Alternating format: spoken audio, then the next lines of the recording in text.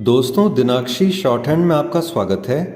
अगर आप चैनल पर नए हैं तो चैनल को सब्सक्राइब करें और बेल आइकन ज़रूर दबाएं। आज की संपादकीय डिक्टेशन 776 शब्दों की एक डिक्टेशन रहेगी जो कि 80 शब्द प्रति मिनट की गति से बोली जाएगी। अगर आपको उस डिक्टेशन की स्पीड को 100 शब्द प्रति मिनट करना हो तो आप YouTube पर स्पीड के ऑप्शन में जाकर स्पीड को 1.25 कर सकते हैं। इस डिक्टेशन की डेमो आउटलाइंस आप हमारे टेलीग्राम ग्रुप से प्राप्त कर सकते हैं। और अगर आपको इस संपूर्ण संपादकीय मैटर की सभी एडवांस आउटलाइंस और वाक्यांश की आवश्यकता है तो आप हमारा स्पेशल पेड बैच ज्वाइन कर सकते हैं। हमारे पेड बैच में दी गई एडवांस आउटलाइंस और वाक्यांश की सहायता से आप शॉर्ट हैंड को 120 प्लस की गति में लिखने में सक्षम होंगे। इस बैच को ज्वाइन करने के लिए आप डिस्क्रिप्शन बॉक्स में दिए गए मोबाइल नंबर पर व्हाट्सएप कर सकते हैं। तो चलिए डिक्टेशन को स्टार्ट करते हैं। डिक्टेशन 5 सेकंड बाद स्टार्ट होगी। Ready, start. बिहार में भाजपा और जनता दल यू के बीच की खींचतान जिस तरह एक बार फिर सतह पर आती दिख रही है वह इसलिए आश्चर्यजनक है क्योंकि अभी चंद दिन पहले पटना गए केंद्रीय गृह मंत्री अमित शाह ने कहा था कि 2024 के लोकसभा चुनाव और फिर उसके अगले वर्ष होने वाले विधानसभा चुनाव दोनों दल मिलकर लड़ेंगे।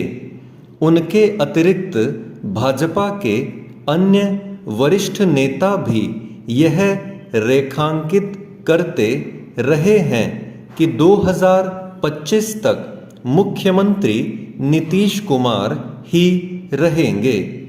इस सब के बावजूद ऐसा लगता है कि भाजपा जदयू के बीच सब कुछ ठीक नहीं।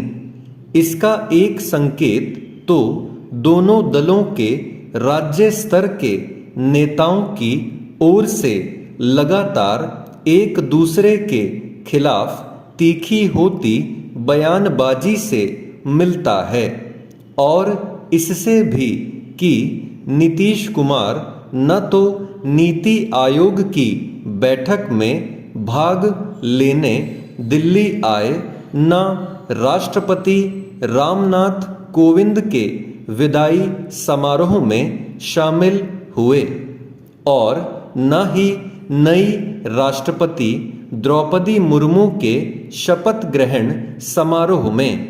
वह राष्ट्रपति और फिर उपराष्ट्रपति के नामांकन के समय भी अनुपस्थित रहे।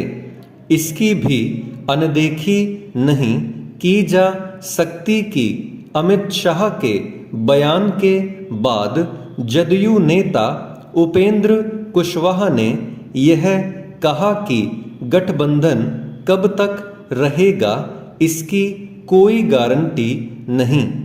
पता नहीं यह उनका अपना विचार है या जदयू का, लेकिन इसमें कोई संदेह नहीं कि राजनीति में कुछ भी हो सकता है। बिहार की राजनीति तो इसका उदाहरण भी प्रस्तुत करती रही है कि किसी भी गठबंधन में कभी भी टूट फूट हो सकती है। सब जानते हैं कि जदयू ने किस तरह 2014 के लोकसभा चुनाव के पहले भाजपा से नाता तोड़कर राजद से हाथ मिलाया और फिर कुछ समय बाद नए सिरे से भाजपा का साथ पकड़ा। कहना कठिन है कि क्या नीतीश कुमार एक बार फिर राजद के साथ जाएंगे, लेकिन यह किसी से छिपा नहीं कि हाल के समय में उनमें और तेजस्वी यादव में नज़दीकी बढ़ी है। चूंकि अपने देश में ऐसे मामलों की गिनती करना कठिन है जब कोई दल एक गठबंधन से निकलकर दूसरे का हिस्सा बना। इसलिए अन्य राज्यों की तरह बिहार में भी कुछ भी हो सकता है। राजनीतिक दलों में अलगाव और मिलन कभी स्थायी नहीं होता, लेकिन इतना अवश्य है कि जो दल सुशासन के बजाय अपनी सुविधा के लिए बार बार पाला बदलते हैं, वे जनता के भरोसे के साथ अपनी साख भी गंवाते हैं।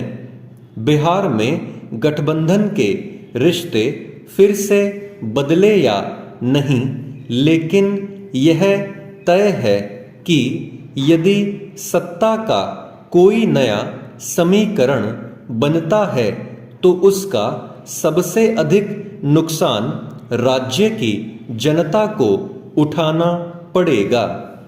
ऐसा इसलिए होगा क्योंकि नई सरकार के गठन की सूरत में उसकी प्राथमिकताएं भी बदलेंगी और नौकरशाही के कामकाज का तौर तरीका भी चेंज।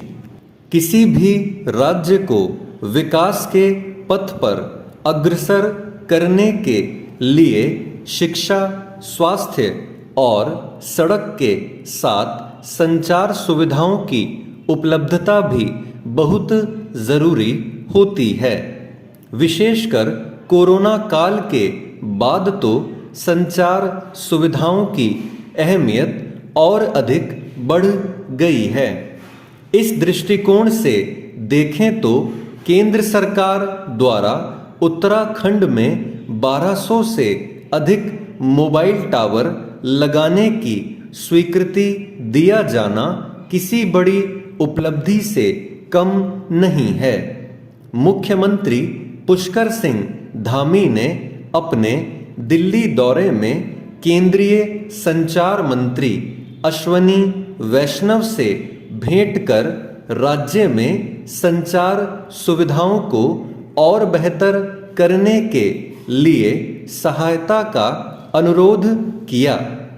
इस पर केंद्रीय मंत्री ने राज्य में भारत संचार निगम लिमिटेड के 1206 टावर स्थापित करने की स्वीकृति दी।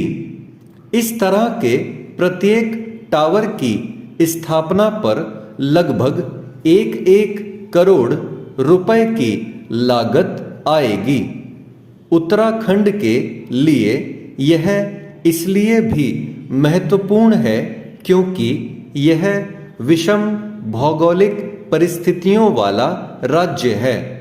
ऐसे में खासकर पर्वतीय क्षेत्र में संचार संपर्क की भूमिका और भी अधिक बढ़ जाती है। पर्वतीय क्षेत्रों में संचार संपर्क अब भी एक बड़ी समस्या है।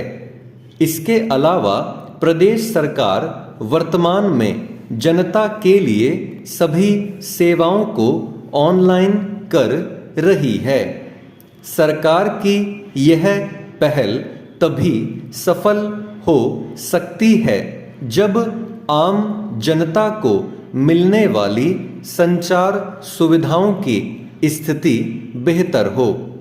इसके साथ ही आपदा की दृष्टि से संवेदनशील उत्तराखंड में संचार तंत्र को सशक्त किया जाना आवश्यक है।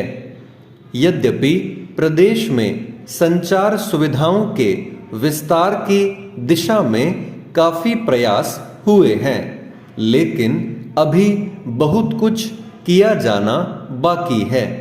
विशेषकर सीमांत क्षेत्रों में संचार सशक्तिकरण की सबसे महती आवश्यकता है। यही क्षेत्र ऐसे हैं जहां संचार सुविधाएं अभी तक पसर नहीं पाई हैं।